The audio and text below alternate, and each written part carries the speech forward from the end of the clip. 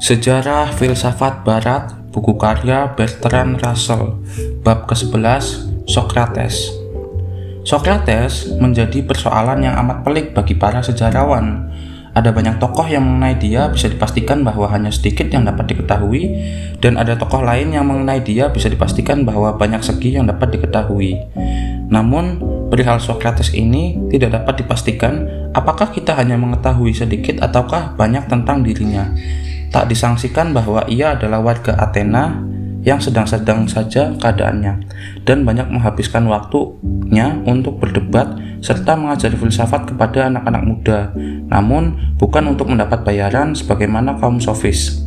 Jelas bahwa ia diadili, dijatuhi hukuman mati, dan dieksekusi pada tahun 399 sebelum Masehi, kira-kira pada umur 70 tahun. Tak diragukan pula bahwa ia adalah tokoh terkenal di Athena, sebagaimana digambarkan Aristophanes dalam The Clouds. Namun, di luar hal-hal tersebut, kita terjerat dalam kontroversi.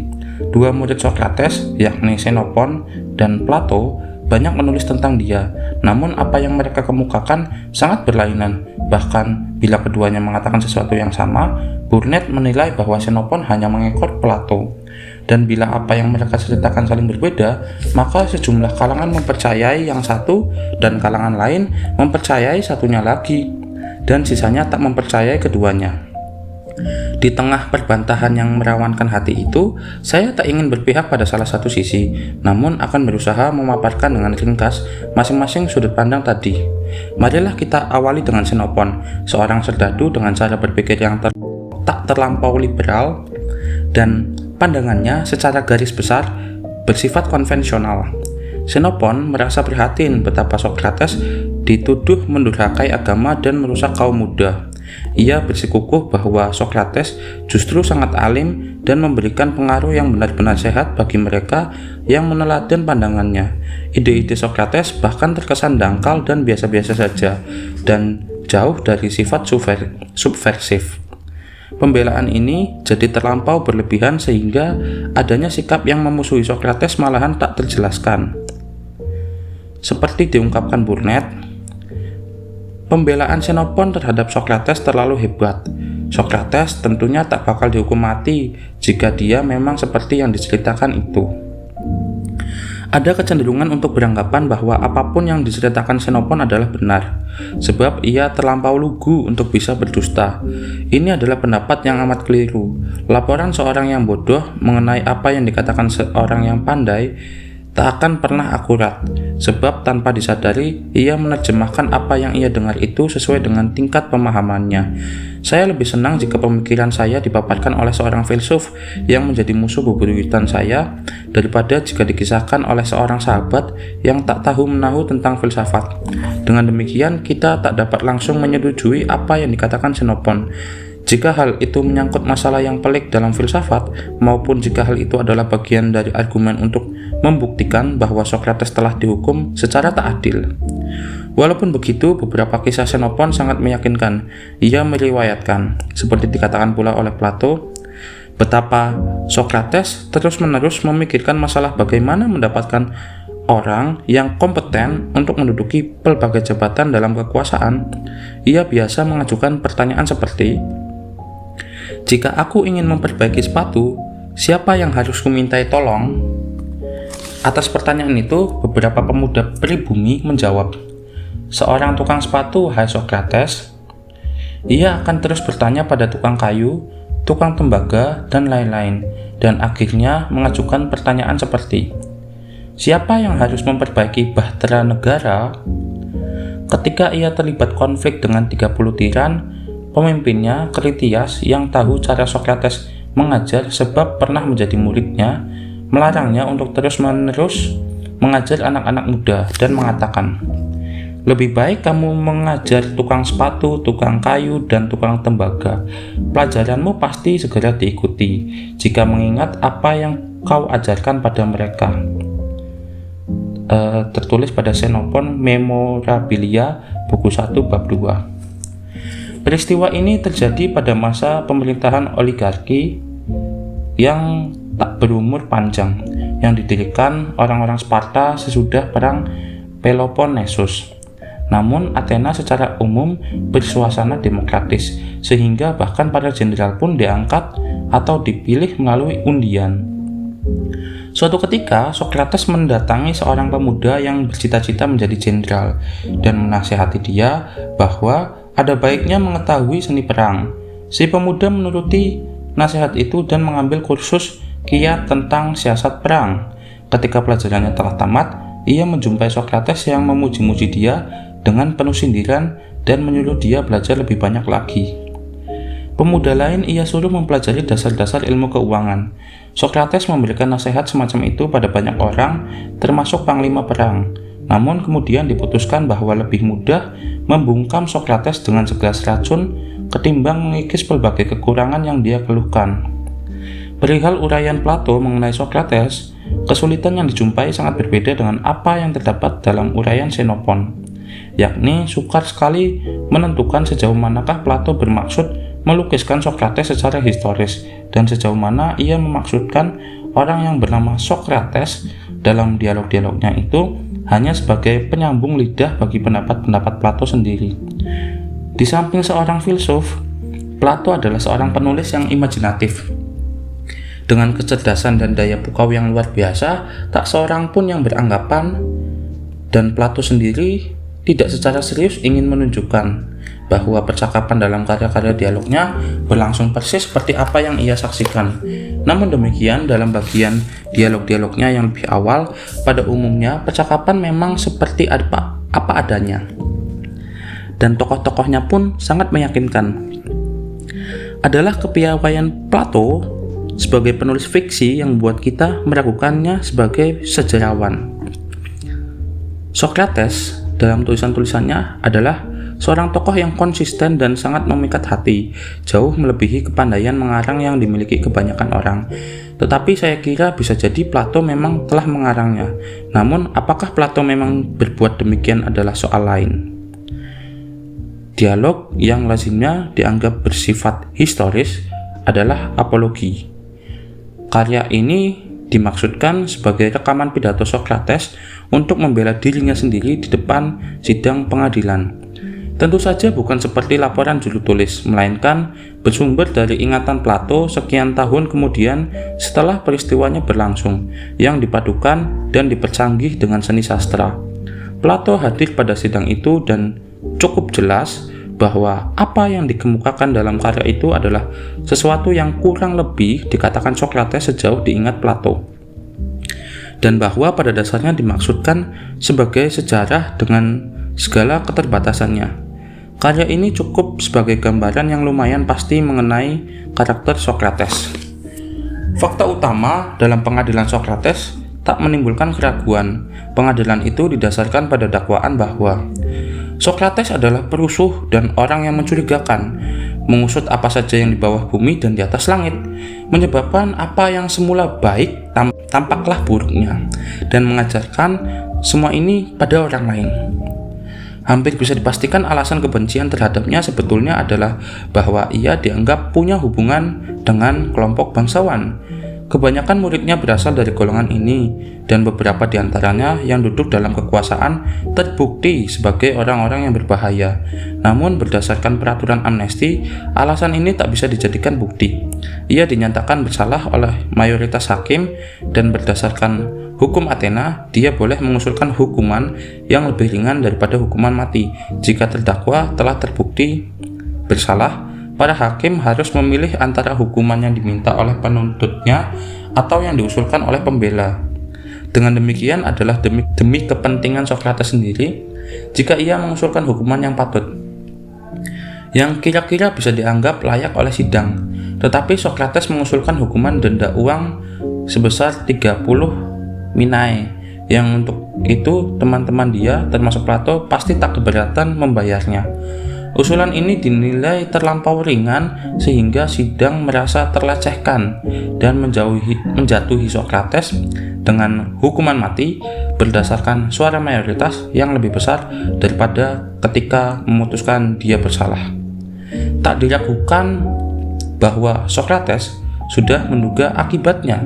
Jelas bahwa ia tak ingin mengelakkan hukuman mati dengan hukuman yang lebih ringan, yang justru mengesankan bahwa dia mengaku bersalah. Para penuntut Sokrates adalah Anytus, seorang politisi Demokrat, Meletus, seorang penyair tragedi, muda dan tak terkenal dengan rambut tipis, jenggotnya jarang, hidung melengkung, serta Likon, ahli pidato yang tak menonjol. Mereka mengungkapkan bahwa Sokrates bersalah karena tak menyembah dewa-dewa yang dimuliakan negara, tetapi malahan membuat sesembahan baru. Dan selain itu, ia bersalah karena merusak kaum muda, sebab mengajarkan perbuatan tadi kepada mereka. Dengan mengesampingkan persoalan yang tak terjawab mengenai hubungan Sokratesnya Plato dengan manusia yang nyata, marilah kita simak apa yang menurut Plato dikatakan oleh Sokrates untuk menjawab tuduhan itu. Sokrates memulainya dengan menuduh para penuntutnya sebagai orang yang pintar bersilat lidah dan menyangkal tuduhan bahwa dirinya pintar bersilat lidah. Satu-satunya kepandaian berbicara yang ia miliki menurutnya adalah menyampaikan kebenaran, dan mereka tak boleh marah kepadanya jika ia berbicara sesuai kebiasaannya. Tidak dalam pidato yang tertata, bertabur istilah dan keterangan serba muluk. Umur Sokrates lebih dari 70 tahun dan hingga saat itu belum pernah tampil dalam sidang pengadilan. Karenanya mereka tentu bisa memaklumi cara bicaranya yang lugas. Ia selanjutnya mengatakan bahwa selain para penuduhnya yang resmi, ia menghadapi sejumlah besar penuduh yang tak resmi, yang semenjak para hakim itu masih kanak-kanak, mereka sudah berkisah tentang orang bernama Sokrates, seorang bijaksana yang berpikir tentang langit di atas dan mengusut bumi di bawah, dan menyebabkan apa yang semula baik tampaklah buruknya. Orang yang dikisahkan itu, kata Sokrates, dianggap tak percaya pada adanya dewa-dewa. Tuduhan lama yang muncul dari pendapat umum ini lebih berbahaya daripada dakwaan resmi. Apalagi dia tak tahu dari siapa tuduhan itu berasal selain dari Aristophanes. Untuk menanggapi alasan permusuhan terhadapnya yang sudah lama itu, ia mengatakan bahwa ia bukanlah ilmuwan. Aku tak punya urusan dengan pemikiran-pemikiran tentang alam, bahwa ia bukan guru dan tak mencari bayaran dari mengajar. Ia melanjutkannya dengan menyindir kaum sofis dan membantah bahwa ia memiliki pengetahuan seperti yang konon mereka punyai. Lantas, apa alasannya hingga aku dikatakan bijaksana dan terkenal dengan nama buruk seperti itu? Orakel Delphi agaknya pernah ditanya apakah ada orang yang lebih bijaksana daripada Sokrates, dan menjawab tidak ada. Sokrates mengaku sangat bingung, sebab ia tak tahu apa-apa, tetapi dewa mestinya tak berbohong. Maka pergilah ia menjumpai orang-orang yang terkenal bijaksana untuk membuktikan apakah dewa keliru.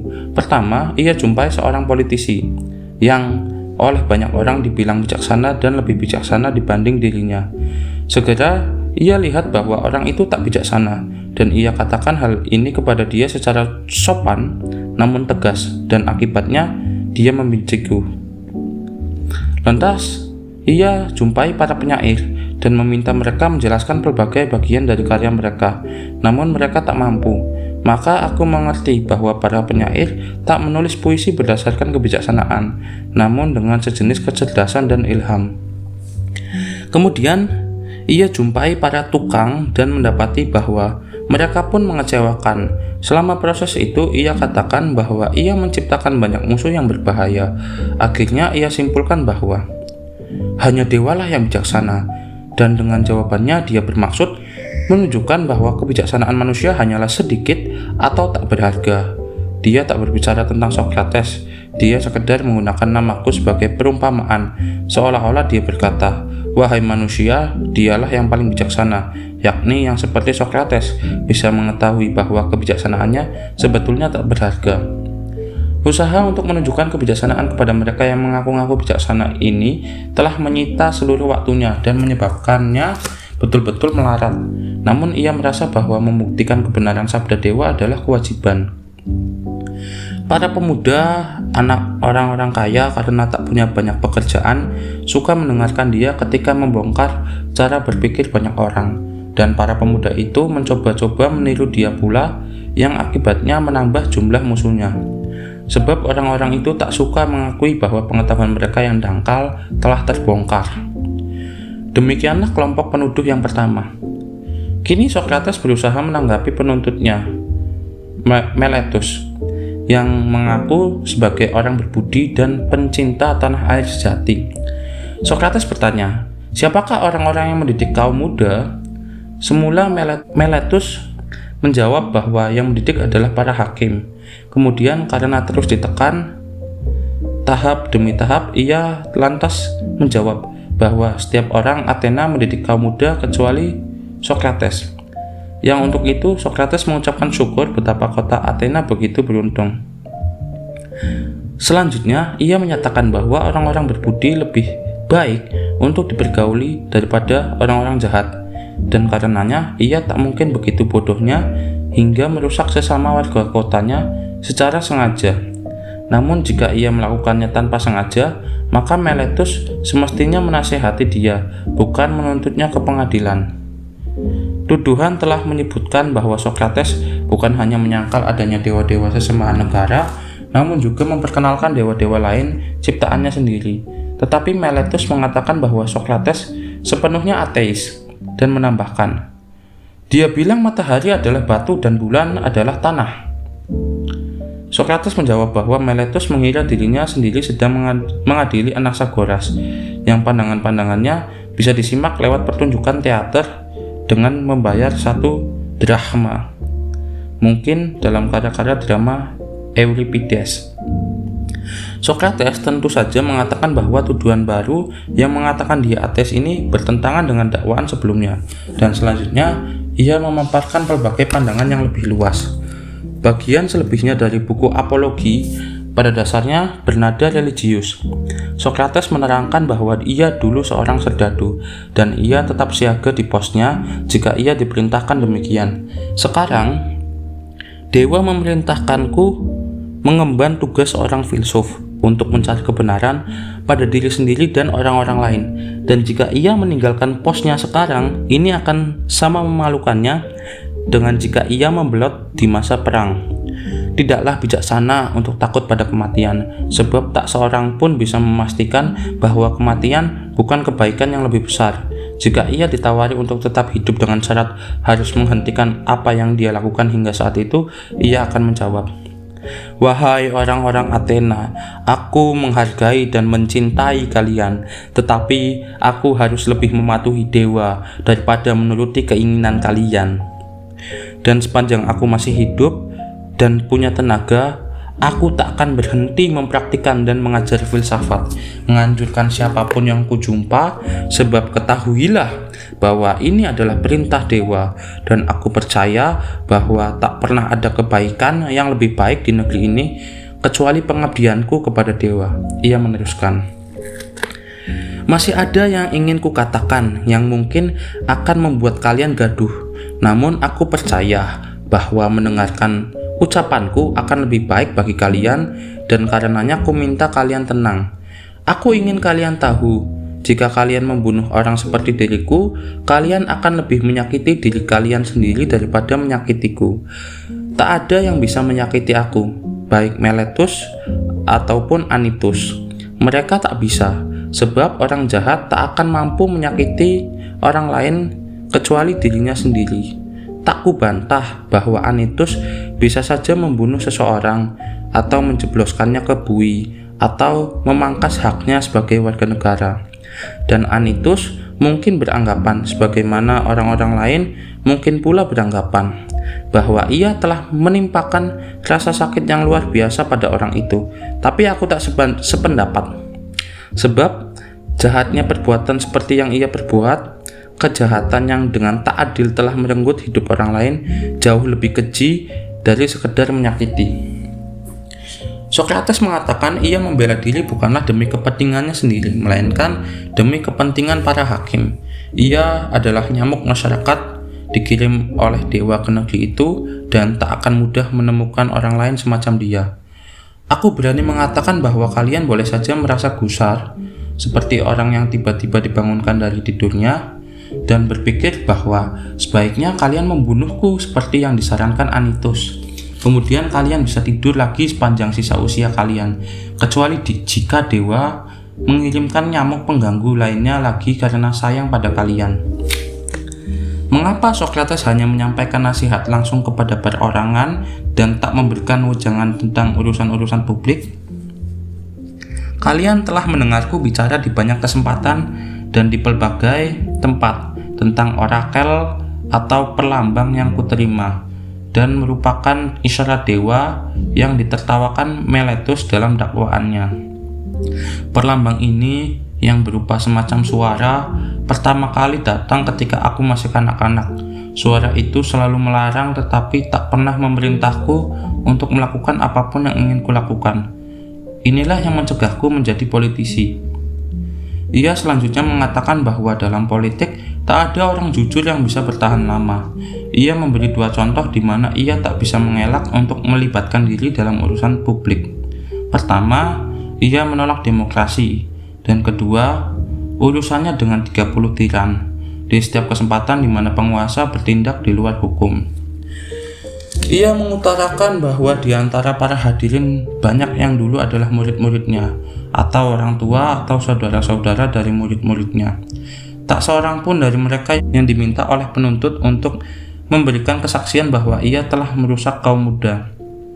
Mungkin inilah satu-satunya argumen dalam apologi yang agaknya bisa didukung oleh seorang pembela. Ia menolak untuk mengikuti adat menghadirkan anak-anak yang menangis ke hadapan sidang demi melunakkan hati para hakim. Pemandangan seperti itu menurutnya hanya membuat terdakwa dan negerinya menjadi bahan tertawaan. Tugas dia adalah meyakinkan para hakim, bukan mengemis belas kasihan. Sesudah keputusan dibacakan dan ditolaknya hukuman alternatif sebesar 30 minae, yang untuk ini Socrates menyebut nama Plato sebagai salah seorang yang sanggup membayarnya dan hadir dalam sidang itu. Ia menyampaikan pidato penutup.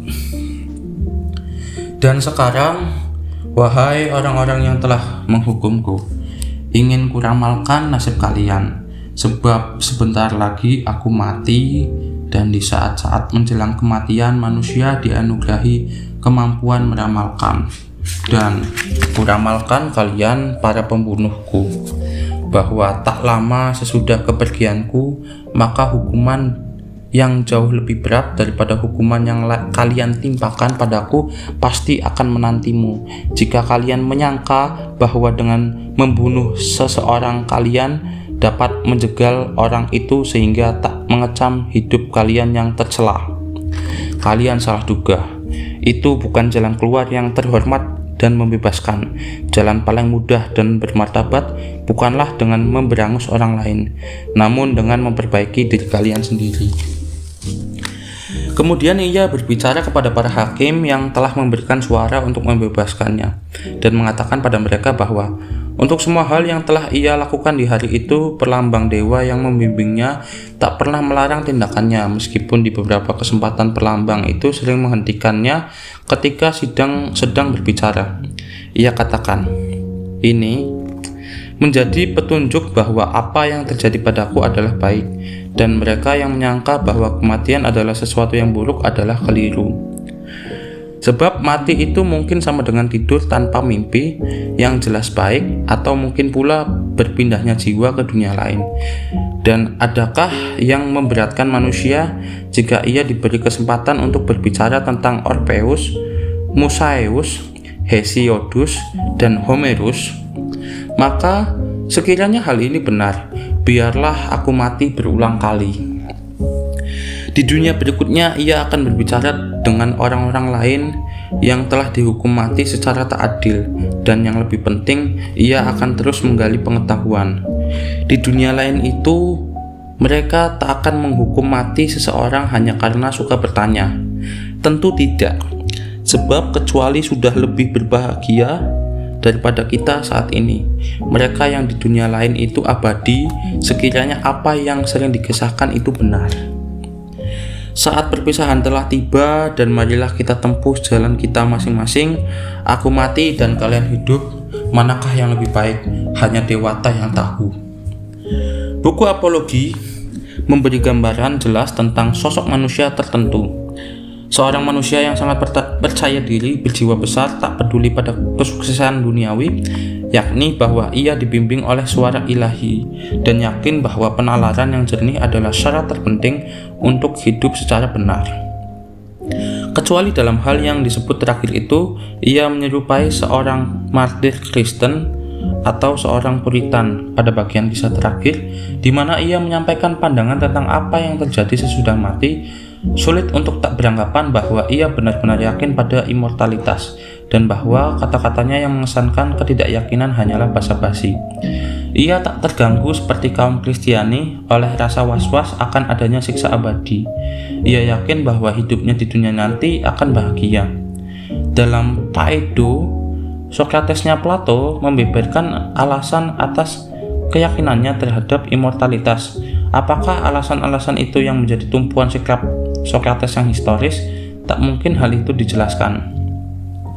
Kiranya sulit meragukan bahwa Sokrates yang historis memang menyatakan dirinya dibimbing oleh suatu orakel atau daimon.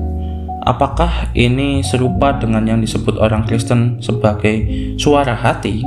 Atau apakah ini muncul padanya dalam bentuk suara nyata? Mustahil kita ketahui. Joan dari Arc pun diilhami oleh suara-suara yang lazim terjadi pada penderita kegilaan. Sokrates mungkin mengalami keadaan tak sadar yang menyebabkannya dia membeku. Setidaknya itulah penjelasan yang masuk akal atas kejadian yang pernah dialaminya saat ia menjalani tugas militer. Suatu pagi, ia memikirkan masalah yang tak dapat ia pecahkan. Ia tak mau menyerah, tapi terus berpikir sejak awal fajar hingga tengah hari. Ia berdiri membeku, larut dalam renungan, dan pada tengah hari, apa yang ia lakukan mulai mengundang perhatian. Sementara desas-desus mulai beredar di antara banyak orang yang heran bahwa Sokrates sudah berdiri dan merenungkan sesuatu sejak awal pagi. Akhirnya, pada saat sesudah makan malam, beberapa orang Ionia karena terbawa rasa ingin tahu. Harus saya jelaskan bahwa peristiwa ini terjadi di musim dingin, melainkan di musim panas. Lantas menggelar tikar dan tidur di tempat terbuka sehingga mereka bisa memperhatikan Sokrates dan melihat apakah dia akan berdiri terus panjang malam. Ia tetap berdiri sampai pagi berikutnya, dan ketika cahaya mulai merekah, ia sampaikan doa kepada matahari dan baru ia pergi. Simposium halaman 220. Kejadian demikian ini dengan derajat yang lebih rendah kerap dialami Sokrates. Pada bagian awal simposium dikisahkan bahwa Sokrates dan Aristodemus pergi bersama ke acara perjamuan, namun Sokrates tertinggal di belakang karena tiba-tiba tenggelam dalam renungan. Ketika Aristodemus sampai di tujuan, Agathon, si tuan rumah, bertanya, "Kau tinggalkan di mana, Sokrates?" Aristodemus heran begitu menyadari Sokrates tak bersamanya. Seorang budak pun disuruh untuk mencarinya dan mendapati dia di serambi rumah tetangga. "Ia diam saja di sana," kata budak itu setelah kembali. "Dan ketika ku panggil-panggil, ia tak mau bergerak." Mereka yang telah mengenal dia dengan baik menjelaskan bahwa ia suka berhenti di mana saja dan dia merenung tanpa sebab. Mereka membiarkan Sokrates sendirian, dan baru ia muncul ketika pesta sudah separuh jalan. Semua orang sepakat bahwa raut muka Sokrates amat buruk. Hidungnya papak dan perutnya begitu gendut. Ia lebih jelek ketimbang para Silenus dalam drama satiris. Ia selalu mengenakan pakaian tua dan kumal, dan kemanapun pergi ia bertelanjang kaki. Sikapnya yang tak peduli pada panas dan dingin, lapar dan haus, mengherankan semua orang. Dalam simposium, Alkibiades yang mengisahkan Sokrates ketika menjalani tugas militer mengatakan, "Daya tahannya sungguh luar biasa. Ketika kami terputus dari perbekalan, terpaksa kami berangkat tanpa makanan. Dalam keadaan demikian, yang kerap terjadi di masa perang, dia lebih perkasa bukan hanya dibanding diriku, tetapi dibanding semua orang, tak seorang pun yang setanding dengannya. Ketangguhannya dalam menahan dingin pun mencengangkan. Saat itu cuaca benar-benar membeku, sebab musim dingin di kawasan itu memang ganas dan semua orang tetap tinggal dalam pondok. Atau kalaupun mereka keluar harus memakai baju berlapis-lapis, bersepatu, dan membungkus kakinya dengan kain tebal atau kasut bulu. Dalam keadaan demikian, Sokrates berjalan di atas es dengan kaki telanjang dan berpakaian seperti biasanya, melangkah lebih mantap dibandingkan para serdadu yang bersepatu. Dan mereka memandang geram pada Sokrates sebab ia seolah melecehkan mereka. Kemampuannya mengendalikan semua nafsu jasmani terus-menerus ditonjolkan. Dia jarang minum anggur, namun selagi dia mau, dia lebih kuat minum dibandingkan semua orang. Tak seorang pun pernah melihat dia mabuk. Dalam perkara percintaan, meski digoda dengan cara apapun, ia tetap platonis. Jika Plato memang mengatakan yang sebenarnya, dia pandita suci agama Orpheus yang sempurna. Dalam dualisme antara jiwa yang surgawi dan tubuh yang duniawi, ia telah mencapai penguasaan jiwa terhadap tubuh secara tuntas. Ketidakacuannya terhadap kematian menjelang akhir hayatnya adalah bukti tegar atas kemenangannya jiwanya ini. Pada saat yang sama, ia bukanlah penganut agama Orpheus yang kolot, hanya dasar-dasar ajarannya yang ia terima dan bukan keyakinan tahayulnya atau upacara-upacara purifikasinya. Sokratesnya Plato menyediakan bibit bagi pandangan kaum Stoa dan kaum Sinis. Kaum Stoa berpandangan bahwa kebaikan tertinggi adalah keutamaan dan bahwa manusia tak dapat terceraikan dari keutamaan oleh sebab-sebab di luar dirinya. Doktrin ini telah terkandung secara implisit dalam pernyataan Sokrates bahwa para hakim tak dapat menyakiti dirinya. Kaum Sinis mencela benda-benda duniawi dan menunjukkan sikap berpantangnya itu dengan menjauhkan diri dari kenikmatan hidup yang ditawarkan peradaban. Pandangan ini sepadan dengan sikap Sokrates yang senantiasa bertelanjang kaki dan berpakaian jembel. Tampak jelas bahwa pandangan Sokrates lebih bercorak etis daripada ilmiah. Seperti telah kita simak dalam Apologi, ia mengatakan, "Aku tak punya urusan dengan pemikiran-pemikiran tentang alam." Karya-karya dialog Plato yang paling awal, yang umumnya dianggap paling mendekati pandangan Sokrates, isinya terutama adalah upaya menetapkan definisi-definisi peristilahan etis. Charmides berisi upaya mendefinisikan kesederhanaan atau sikap tahu batas. Laisis membahas persahabatan. Laches mengulas keberanian. Dari semua dialog itu tak satu pun yang menghasilkan kesimpulan. Namun Sokrates menjelaskan bahwa mengkaji persoalan-persoalan demikian itu menurutnya penting dilakukan. Sokratesnya Plato selalu menekankan bahwa dia tak tahu apa-apa dan lebih bijaksana dibanding orang lain hanya karena dia tahu bahwa dirinya tak tahu apa-apa. Namun dia tak berpendapat bahwa pengetahuan tak bisa diperoleh. Sebaliknya, ia berpendapat bahwa mencari pengetahuan adalah upaya terpenting.